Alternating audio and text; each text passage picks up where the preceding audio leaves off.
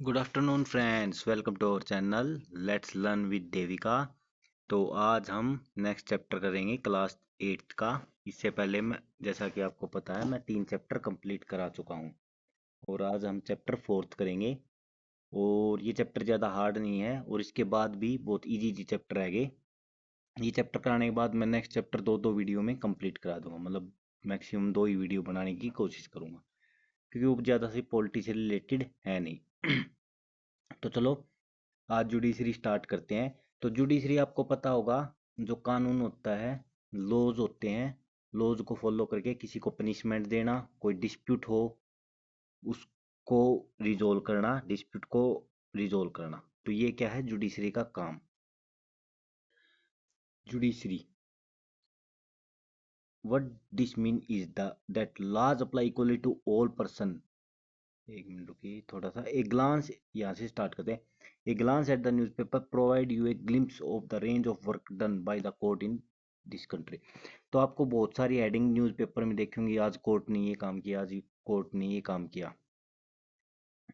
तो हमें कोर्ट की जरूरत क्या है, ये सब हम पढ़ेंगे। In India we have the rule of law. Okay, ये रूल ऑफ लॉज है।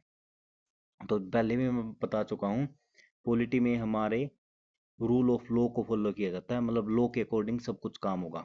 इसका मीनिंग क्या है? that laws apply equally to all person and that a certain set of fixed procedure need to be followed। जो procedure बना रखा है सब पे सेम इक्वली वही लॉज अप्लाई होगा। कोई अमीर है तो उसके लिए अलग लॉज नहीं है, और जो प्रोसीजर है वो भी सबके लिए सेम ही होगा। when the law is violated, to enforce this rule of law we have judicial system। इसके लिए रूल ऑफ लॉ के लिए हमें, हमारे पास क्या है, judicial system that consist of the mechanism of court that a citizen can approach when law is violated. किसी भी सिटीजन का लॉ वोलेट हो रहा है तो वो क्या कर सकता है, कोर्ट में जा सकता है। मान लो आपके साथ किसी ने मारपीट कर दी, तो क्या आप कोर्ट में जा सकते हो? तो यस, क्योंकि आपका फंडामेंटल राइट्स को वोलेट किया गया है, लॉज को वोलेट किया गया है। As an organ of government judiciary play a crucial role in the functioning of India's democracy. India democracy में क्रूशियल रोल प्ले करता है only because if it is independent. लेकिन क्रूशियल रोल कब play कर सकता है? जब ये इंडिपेंडेंट होगा। अब इंडिपेंडेंट से क्या मतलब है? मतलब किसी का दबाव नहीं हो, मतलब ये अपना डिसीजन खुद ले सकता है, ठीक है। तो वही होता है इंडिपेंडेंट। अब डिसीजन खुद कैसे ले सकता है? आपको लग रहा होगा भाई गवर्नमेंट की संस्थान है ये, तो इंडिपेंडेंट कैसे है? ये गवर्नमेंट की संस्थान जरूर है, लेकिन एक बार जज जो रिक्रूट हो गया ना, उसको इम्पीच करना या उसको सीट से हटाना बहुत हार्ड प्रोसीजर होता है। लोकसभा से बिल पास कराना पड़ता है, फिर राज्यसभा से, और फिर जाके प्रेसिडेंट के साइन होते हैं, जब जो जज होता है उसको रिमूव कर सकते हैं, ठीक है। तो मतलब क्या हो गया, एक इंडिपेंडेंट हो गया, मतलब किसी का दबाव नहीं है। उस जज को पता है कि मुझे हटाना कोई इजी टास्क नहीं है मेरे डिसीजन पे, और उस अगर कोई जज हट भी रहा है तो सुप्रीम कोर्ट उसमें खुद कार्रवाई करता है, ठीक है, कि भाई किस बेस पे आप हटा रहे हो। और पूरी पूरी जो पब्लिक है इंडिया की वो भी देखेगी। अगर मान लो किसी को गलत तरीके से हटाया भी गया है तो उसमें गवर्नमेंट को क्रिटिसिज्म सहन करना पड़ेगा, ठीक है। ये क्या है? अपना supreme court of India. What is the role of judiciary? Judiciary का रोल क्या है? Court take decision on a very large number of issue. बहुत सारे इशू हैं, उन पे कोर्ट डिसीजन लेता है। They can decide that no teacher can beat a student और about sharing the river water between the states, और they can punish people for particular crime. तो किसी को क्राइम के लिए पनिशमेंट देना फर्स्ट काम। दो स्टेट के बीच में लड़ाई हो रही है, वो स्टेट के बीच में, स्टेट सेंटर के बीच में, इसको रिजोल्व करना, ठीक है। और broadly speaking the work that the judiciary does can be divided into the following. तो जुडिशरी के काम ऐसे बांट रखे हैं। तो डिस्प्यूट रिजोल्यूशन, तो जैसे कि मैंने बताया, डिस्प्यूट रिजोल्यूशन, डिस्प्यूट को रिजोल्व करना जुडिशरी का सबसे मेन टास्क है। डिस्प्यूट किस किस के बीच में हो सकते हैं? सिटीजन सिटीजन के बीच में, ये देखिए, सिटीजन सिटीजन के बीच में, एंड द गवर्नमेंट, सिटीजन और गवर्नमेंट के बीच में। आपने देखा होगा स्टेट वर्सेस, वो आदमी का नाम होता है स्टेट वर्सेस कोई भी एक्स वाई जेड नाम का आदमी, state versus x y z, ठीक है, तो केस ऐसे आपने देखे होंगे। तो सिटीजन सिटीजन के बीच में डिस्प्यूट हो सकता है, दो पड़ोसियों के बीच में, between citizen and government, citizen और गवर्नमेंट के बीच में, बिटवीन टू स्टेट के बीच में, ये मैंने बताया था, between two state government and between the centre and the state. ठीक है, तो ये सब का डिस्प्यूट का रिजोल्यूशन किसका वो है, किसके अंडर आता है, जुडिशरी के अंडर। नेक्स्ट है जुडिशियल रिव्यू। जैसा कि आपको पता है, हमारी जो पार्लियामेंट है वो क्या बनाती है, लॉज। तो उस लॉज को, मान लो कोई लॉज ऐसा बना दिया जो फंडामेंटल राइट्स को ब्रीच कर रही है। अब मान लो कुछ इस टाइप का लॉ बना दिया है, वो हाइपोथेटिकल एग्जांपल लेते हैं हम, जिसमें कि ये बोला गया है कि जो प्रधानमंत्री है वो कंटिन्यू 20 साल तक रहेगा। ठीक है, तो वो क्या कर रहा है, हमारी डेमोक्रेसी को खतरा है। तो मतलब वो बेसिक स्ट्रक्चर, अब मैंने बेसिक स्ट्रक्चर में 6th क्लास में पढ़ाया, 7th क्लास में पढ़ाया, 8th क्लास में फिर बता रहा हूँ। बेसिक स्ट्रक्चर होता है कॉन्स्टिट्यूशन का, मतलब जो बेस होता है, मतलब उसको चेंज करना नामुमकिन है। जैसे बेसिक स्ट्रक्चर में आएगा फंडामेंटल राइट्स। अब फंडामेंटल राइट्स को रिमूव कर सकते हैं, लेकिन इस टाइप रिमूव, जैसे फंडामेंटल राइट्स ही लगा लो, क्या राइट टू लाइफ को हम रिमूव कर सकते हैं, नहीं कर सकते, क्योंकि जीने का अधिकार एक फंडामेंटल राइट्स है। तो वो क्या कर रहे हैं, अगर को मान लो कोई इस टाइप का लॉ बना दिया, जैसे फंडामेंटल राइट को अबोलिश कर दिया, तो वो क्या है, basic structure of the constitution है। तो उसमें जो कोर्ट बीच में आएगा, वो बोलेगा कि भाई ये बेसिक स्ट्रक्चर को ब्रीच कर रहा है, और बेसिक स्ट्रक्चर को ब्रीच कर रहे हैं, वोलेट कर रहे हैं, तो वो जुडिशियल रिव्यू के अंडर आएगा, और जुडिश कोर्ट उस लॉज को क्या कर सकती है, नल एंड वॉइड कर सकती है। तो वो है जुडिशियल रिव्यू, ये आप पढ़ लेना, मैंने डिटेल में बता दिया है। Upholding the law enforcing fundamental right. तो फंडामेंटल राइट, किसी का फंडामेंटल राइट ब्रीच हो रहा है तो कहाँ जा सकता है, डायरेक्ट सुप्रीम कोर्ट या हाई कोर्ट, ये याद रखना है ना, इन दोनों कोर्ट में डायरेक्ट जा सकता है फंडामेंटल राइट को वोलेट होने पे। ठीक है, ये देखिए एक थोड़ी डिटेल दे रखी है। 26 जनवरी 1950 को सुप्रीम कोर्ट एस्टेब्लिशमेंट हुआ था। The federal court India 1937 to 19, it was earlier located in chamber of Prince in the parliament house. पहले जो फेडरल कोर्ट होता था, सुप्रीम कोर्ट से पहले जो अंग्रेजों का राज था, उसमें फेडरल कोर्ट बना रखा था, जो कि एक पार्लियामेंट हाउस में था।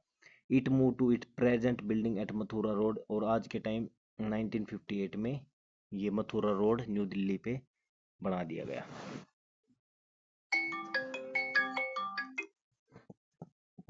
ठीक है, बीच में कॉल आ गई थी, चलो अब आगे स्टार्ट करते हैं।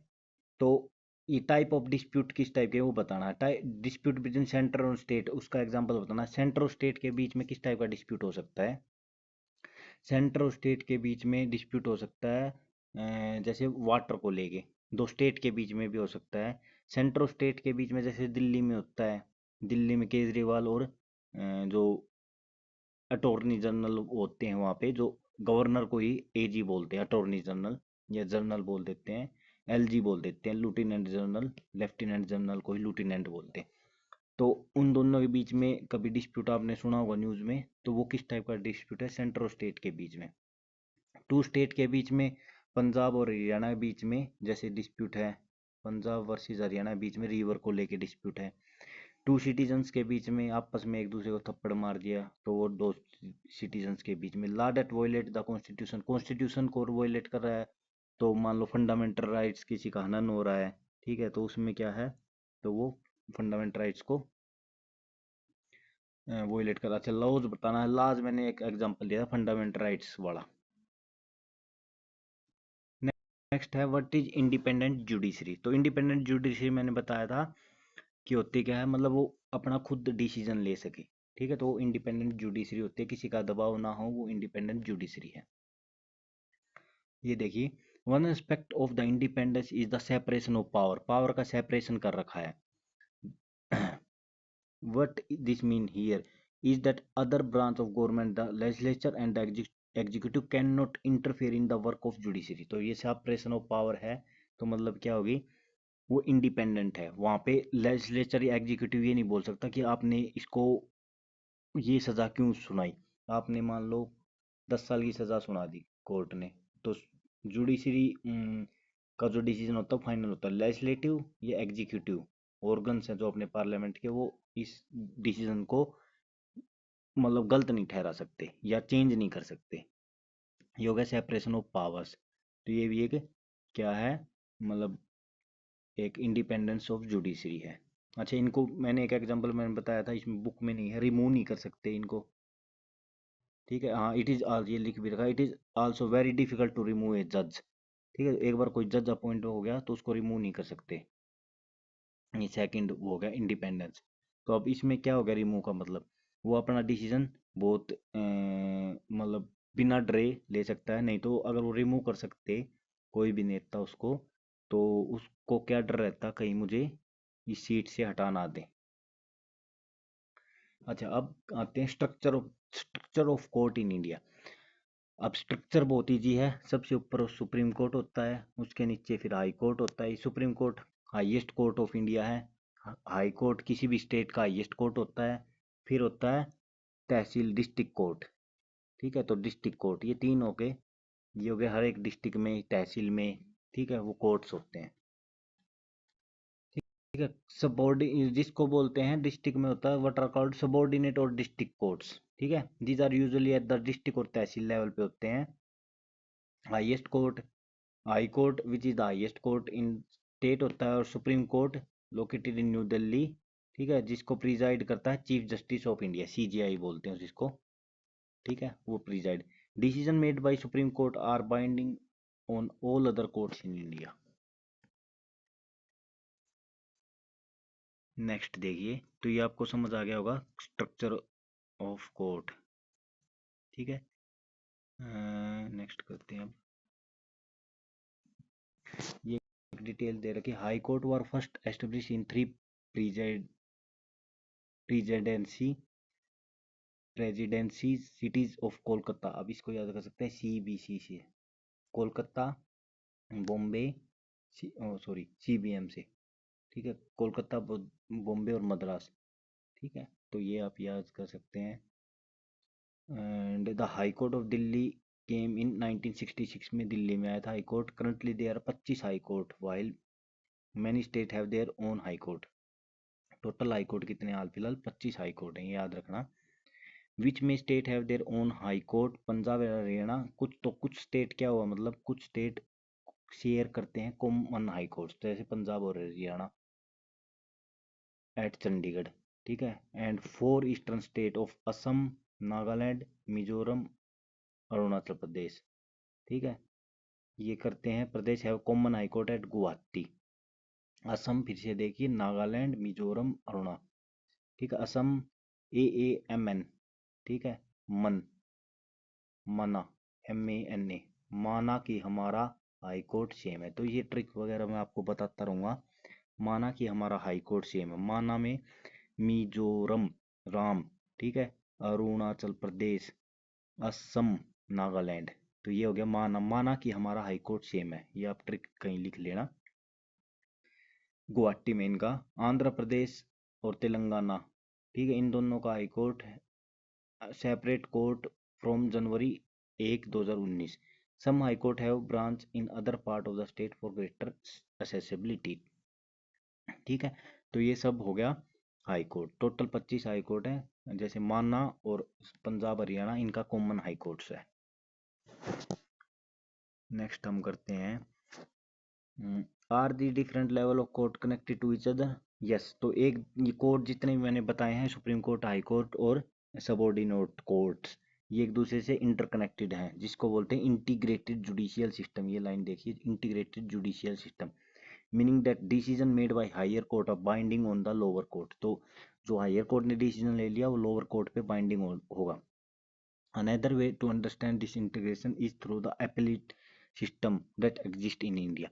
अब इंडिया में क्या है, एपेलेट सिस्टम है, अपील कर सकते हैं। लोअर कोर्ट ने कोई डिसीजन दिया, हम जाके अपील कर सकते हैं हाई कोर्ट में। हाई कोर्ट ने कोई डिसीजन दिया, हम जाके अपील कर सकते हैं सुप्रीम कोर्ट में।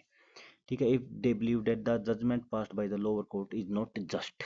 ठीक है, अगर वो उसके वो लग रहा है कि भाई ये जजमेंट जो है वो मेरे लिए ठीक नहीं है, तो वो अपील कर सकता है। तो अपीलेट सिस्टम है इंडिया में। ठीक है, ये आप पढ़ लेना, एक एग्जांपल दे रखा है कैसे वो सबॉर्डिनेट कोर्ट ने सजा दी, फिर हाई कोर्ट ने उसे माफ कर दिया, फिर सुप्रीम कोर्ट ने देखा कि भाई एविडेंस है तो उसको फिर सजा दी। ठीक है, पहले तो डेथ की सजा दे दी, फिर हाई कोर्ट ने माफ कर दिया, एक्विट कर दिया, बरी एक्विट होता है मतलब माफ कर देना। ठीक है, फिर वो बाद में गए कहाँ पे, फिर वो सुप्रीम कोर्ट में केस गया, सुप्रीम कोर्ट ने accuse to prison for life. ठीक है, तो ये सजा वगैरह दी। तो सबॉर्डिनेट कोर्ट होते हैं, उनको अलग अलग नाम से जाना जाता है। These include the trial court, trial court भी बोल देते हैं, और कोर्ट ऑफ द डिस्ट्रिक्ट जज, द एडिशनल सेशन जज, चीफ जस्ट, सीजीएम बोल देते हैं, मेट्रोपॉलिटन मजिस्ट्रेट, सिविल जज, तो ये सब नाम से बोल देते हैं। Why are different branch of legal system, अब लीगल सिस्टम में दो ब्रांचेज होते हैं, क्रिमिनल्स लॉ होते हैं, एक सिविल लॉज होते हैं। सिविल लॉ जैसे जो जिसमें क्रिमिनल इंटेंसिटी ना हो, सिविल लॉज होते हैं जैसे पैसों का लेन देन से रिलेटेड हो। ठीक है, अब देखिए था यहाँ पे समझ आएगा आपको। Criminal law acts that law defined as offence, for example theft, चोरी करना, harassing a women to bring more dowry, murder वगैरह, ये क्या है, क्रिमिनल क्राइम है एक किस्म का। सिविल लॉ में एनी हार्म और injury to right of individual, for example dispute relating to the sale of land, purchase of goods, rent matter, divorce case, ये किस टाइप के आगे सिविल केस हो गए। इसमें एफआईआर होती है, जैसे मारपीट होगी तो एफआईआर होती है। वो investigate the crime after which case is filed in the court, उसके बाद केस फाइल होता है कोर्ट में। लेकिन जो सिविल लॉ होते हैं, ये petition has to filed before the relevant court by the affected party only. In rent matter example देगा, आइदर लैंडलॉर्ड और टेनेंट कैन केस ये फाइल, तो यहाँ पे डायरेक्ट केस कर सकते हैं। ठीक है, वहाँ पे एफआईआर कराते हैं। If found guilty the accused can be sent to jail, also fined, jail किया जाता है, फाइन किया जाता है। Give the specific relief asked for the in, for instance in case between a landlord and the tenant, the court can order the flat to be vacant and pending rent to be paid। ठीक है, इसमें क्या बोल सकते हैं, जो affected person है उसको पैसे देने के लिए बोल सकते हैं, तो इसमें सजा वगैरह कम ही केस में होती है। तो क्या हर कोई, नेक्स्ट करते हैं, अब क्या हर कोई कोर्ट में जा सकता है, तो yes, everyone assess the court, जो भी कोर्ट में जाना चाहता है वो जा सकता है। ये एक प्रिंसिपल है, ये लाइन पढ़िए, in principle all citizen of India can access the court in this country, this implied every citizen है right to justice through the court. तो हर कोई कोर्ट में जा सकता है जिसका भी कोई भी लॉ ब्रीच हुआ है या फंडामेंटल राइट्स का ब्रीच हुआ है। ठीक है, अब मान लो कुछ लोग गरीब होते हैं, वो कोर्ट में नहीं जा सकते, तो वहां पे क्या बनाई गई है, PIL, यहाँ पे ये लाइन देखिए, PIL, public interest litigation, PIL। ठीक है, उसमें PIL में क्या होता है, मान लो मुझे दिखा गरीब आदमी का फंडामेंटल राइट्स ब्रीच हो रहा है, तो मैं एक PIL डाल सकता हूँ, उस आदमी के लिए मैं केस लड़ सकता हूँ। तो उस आदमी में, उस केस में क्या होगा, जो गरीब आदमी है उसका कोई खर्चा नहीं लगेगा, तो ये होती है PIL, public interest litigations, public का इंटरेस्ट है तो। तो ये कुछ इमेज वगैरह दिखा रखी हैं। ठीक है, ये हम कुछ खाया नहीं इसमें से। एक आर्टिकल 21 बता देता हूँ मैं, राइट टू लाइफ का अधिकार होता है, आर्टिकल 21, इसमें देखिए आर्टिकल 21 यहाँ, of the constitution include the right to food. तो राइट टू लाइफ में क्या आ गया, fundamental right to life guaranteed in article 21। और राइट टू फूड भी क्या आ गया आर्टिकल 21 में, अगर फूड ही नहीं मिलेगा तो राइट टू लाइफ कहाँ से मिलेगा, तो राइट टू फूड भी आर्टिकल 21 में आ गया। फिर क्या किया, स्टेट को कोर्ट ने ऑर्डर दिया कि भाई हर किसी को फूड प्रोवाइड करना कंपलसरी है। तो यहाँ पे क्या कर रहे हैं, इस इमेज में आपको दिख रहा है, तो फूड प्रोवाइड हो रहा है सबको। ठीक है, गवर्नमेंट को फ्री में फूड देना पड़ रहा है, क्योंकि एक फंडामेंटल राइट्स है, और फंडामेंटल राइट्स को ओबे करना स्टेट की मजबूरी हो जाती है, ये लाइन याद रखना, फंडामेंटल राइट्स को ओबे करना जरूरी होता है स्टेट को। तो ये सब था। ठीक है, ये चैप्टर कंप्लीट हो चुका है। यहाँ पे नंबर ऑफ जज इन इंडिया दिखा रखा, सुप्रीम कोर्ट में 34 जज हैं। ठीक है, हाई कोर्ट में इतने हैं, ये सीट्स वगैरह दिखा रखी हैं, ये आप देख सकते हैं, कुछ ज़्यादा इंपॉर्टेंट है नहीं, बस ये थर्ड सुप्रीम कोर्ट में कितने जज हैं ये पूछ सकते हैं, 34। तो ये चैप्टर कंप्लीट हुआ, आई होप आपको वीडियो पसंद आई होगी। और वीडियो पसंद आई हो तो लाइक करें, चैनल को सब्सक्राइब करें और शेयर करें, और ज़्यादा से ज़्यादा अपने फ्रेंड्स को भेजें कि भाई यहाँ पे फ्री में पॉलिटी पढ़ाई जा रही है, तो वो ताकि वो भी इस बेनिफिट का इसका बेनिफिट ले सकें। ठीक है, थैंक यू वेरी मच।